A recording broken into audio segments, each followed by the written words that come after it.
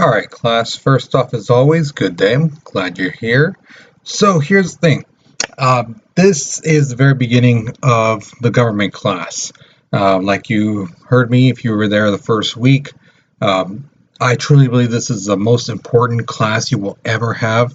So I believe it's imperative that you know your rights as a citizen, how the government works, and what can and can't they do. You know, what's their function and stuff like that. So in this school year, this semester, we'll be looking at that. Okay, but we're really going to emphasize more on your rights as citizens, and then what the Congress and the president can and cannot do. So again, like I said, we'll be getting to that. But first, in order to get to that point, we have to start at the beginning, the origins, and that's what today's lesson is about. All right, so here are the three kind of essential questions. Is having a government necessary? What is the purpose of government? And what are some possible scenarios if a leader believes in divine right theory? Now, more than likely, when you take your first test, I'll be asking you one of the first two questions on there as that kind of an essay thing. Is having a government necessary? What is the purpose of government? One of those two. And it'll be an essay form because I want to know from what you've learned up to that point, what do you believe? You know, what do you think? And for you to have the knowledge to back up your thoughts. Okay. The next objective for today is basically you're going to analyze the different forms of ancient government to determine which one was, quote unquote, the best. Okay. So the thing is, you're watching this video because you were not here that first day. Okay. So there's like the breakout session poll question. Excuse me. You won't be able to do the breakout session because again, you're watching this video and you weren't in class, so there's no way you can do that. But you can still answer the question on the Google Doc. Okay.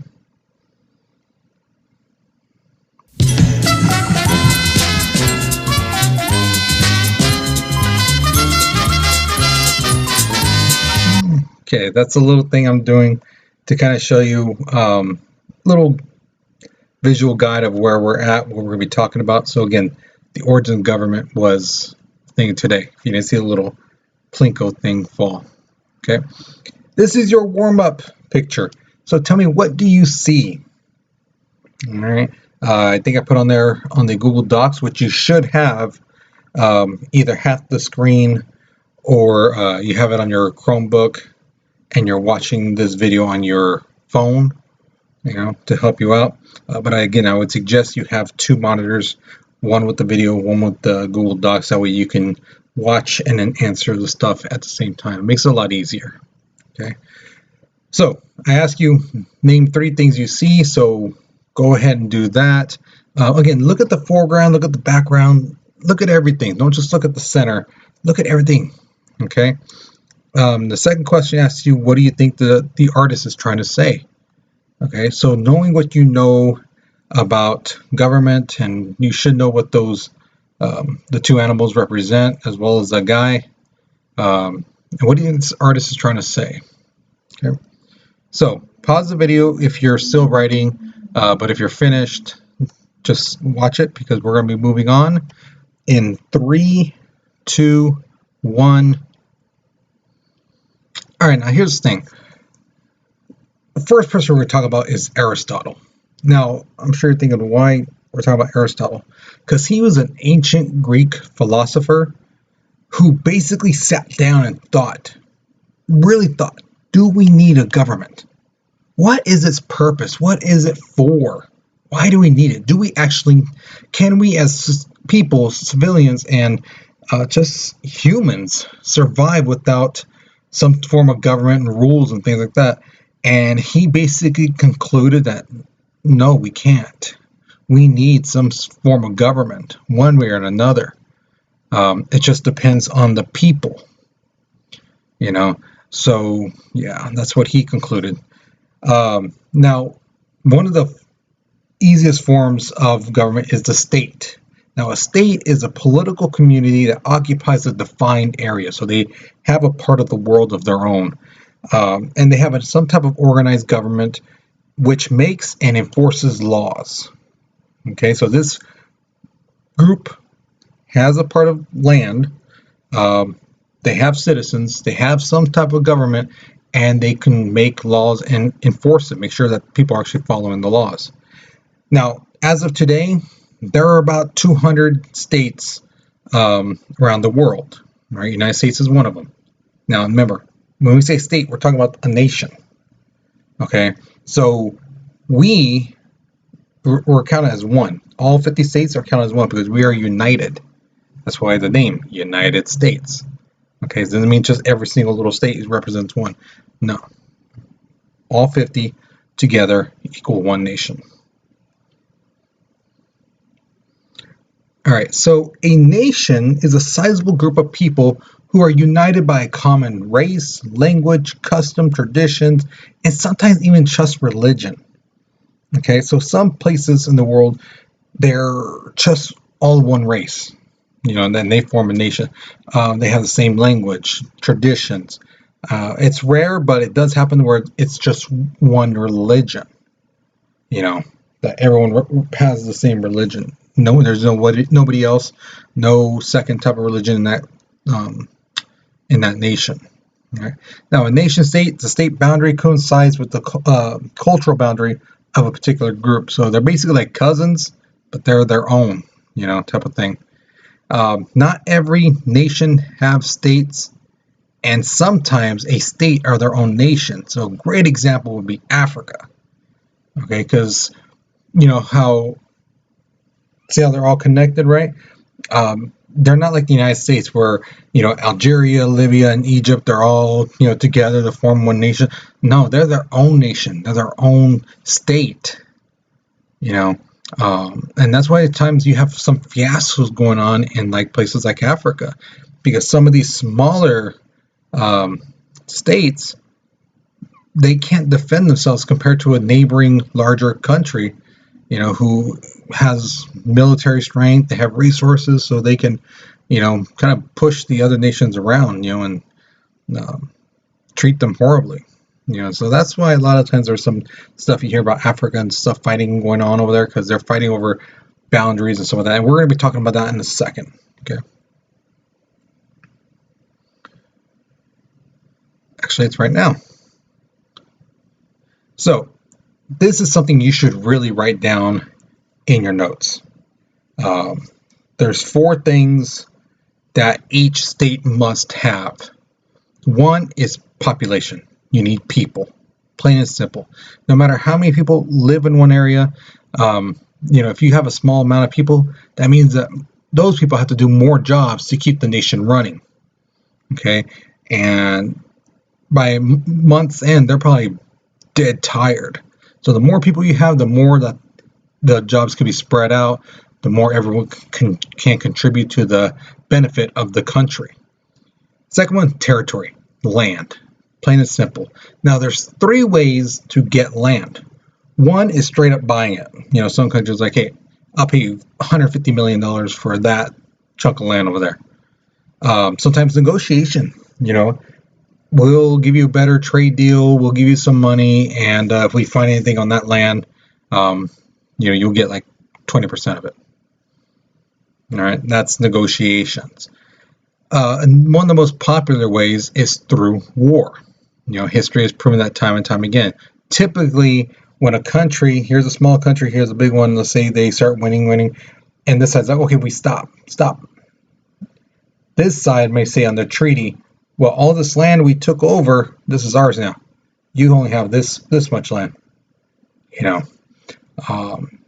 Usually they use landmarks, say like this mountain range, this river, things like that. They typically use mountain ranges and different landmarks to set up borders. So that's how they did it back in the day. Sovereignty. Now the thing is, sovereignty, if you look at the definition online, it says like total control. Okay, this case we don't really mean total control, because if a government has like complete control over there, you can't do anything without our say so, that country is not going to thrive at all, because there's no room for the people to live a life, So if there's a laws that are passed that says like you can only buy chips on Tuesday from 7 to 8 p.m., that's it. That's going to hurt the economy, and that's going to hurt the people, and they're not going to be happy. If they're not happy, then they're going to just be like, you know what, forget this, Like it says right there in the definition, not just over people, but policies and ability to function. That's the key word. It has to have the ability to function. The last one is government. So some form of government needs to be there, whether it's democracy, republic, dictatorship, monarchy, aristocracy. Something has to be there. Now, I told you about Aristotle. He basically said if there's no government of any form, it's going to be anarchy, chaotic. So if you've ever seen the movie The Purge, so imagine that night going on, but all day, every day. People are just going to be because if there's no rules, it's going to be the king of the hill type of thing, and it's going to be chaotic, and nothing's going to get done. People are going to be looking over the shoulder left and right. It's just not a way for a country to function. Okay. All right, so here is your question. Of the 4 factors to build a nation, population, territory, sovereignty, government, which one do you believe is the most important to have? Like if you had to start it off and you're aiming for one of these to start off first, which one do you feel would be the most important one to start off with? Having a government set up, having the sovereignty set up, having the land, territory, or having the people, Which one do you believe would be the best one to have first? And at which one do you feel would be the least important? You'd be like, oh, we could wait on that for a bit. Okay. So, and justify your opinion. Back it up. Okay. So go ahead, write that, pause the video. All right. And we'll be moving on in 3, 2, 1. All right. Now I do apologize. If you notice the difference right now. But some things came up and I had to stop the video. So this next part, you're going to need to know all 4 of these theories. Okay, this is going to be more likely on your first test, not your next test, your first test. Because the thing is, this is how we as people usually get things done. It's through trial and error. And each of these 4 theories of government started off this way. Okay, so you're going to see how we've progressed. Okay, the first way was the evolutionary theory, which is basically that the head of the household was the head of the government. So let's say I am a father of 3 boys, and my 3 sons get married and they have kids, so on and so forth. As long as I'm alive, I control the aspects of all their lives as well. I'm the head of the government, the head of the house. Then if I pass away, then usually typically it goes to the oldest son, because that oldest son was then groomed to basically take over. So the father would teach their son leadership skills and things like that, and the most important things to know to survive as a clan or a tribe. Sometimes it was rare, but the father would sometimes choose someone else besides the oldest son. It was rare, but it did happen. Okay, but this type of government, the evolutionary theory, was primarily for clans and tribes.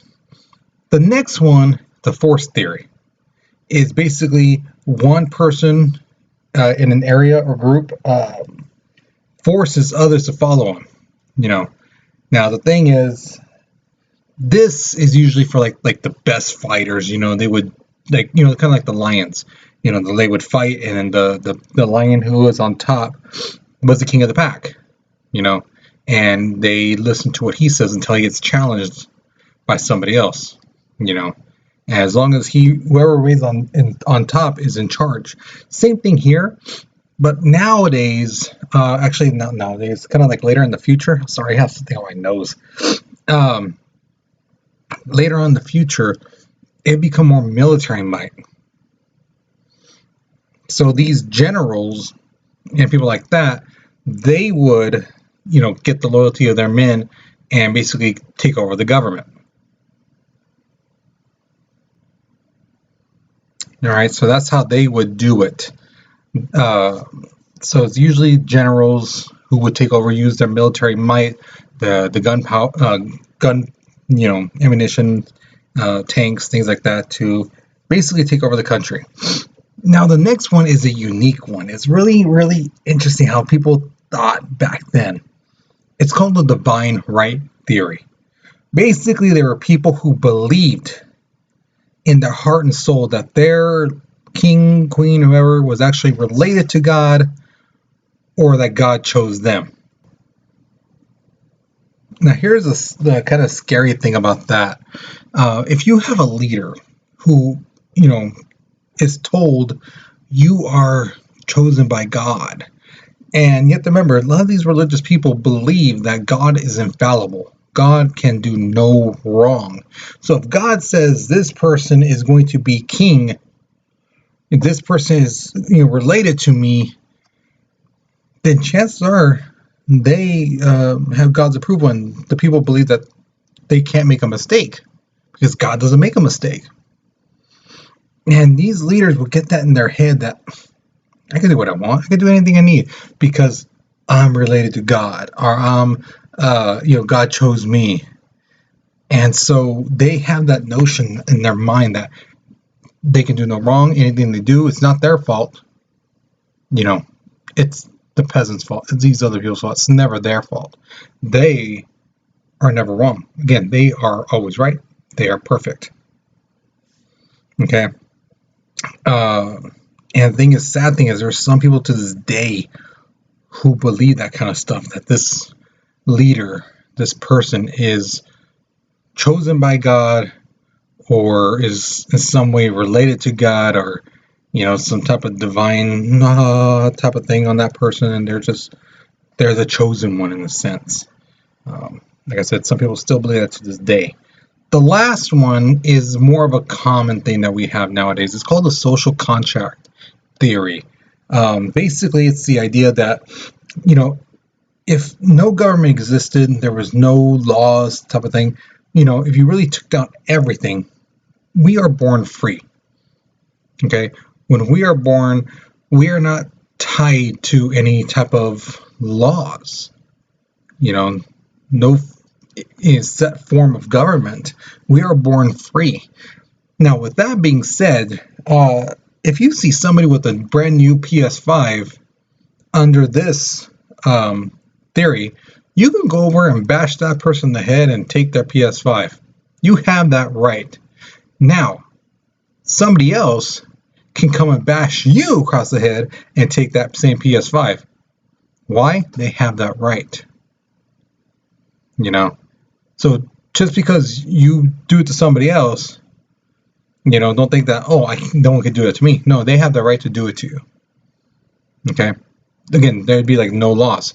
So what this theory says is, we, in a sense, the people, surrender our freedom for security, to maintain some type of order. So in other words, I won't bash, basically giving up the right to bash someone in the head to take their stuff, so that you will be protected from getting your head bashed in for someone taking your stuff. And if someone does do something like that, they're going to get punished. Okay?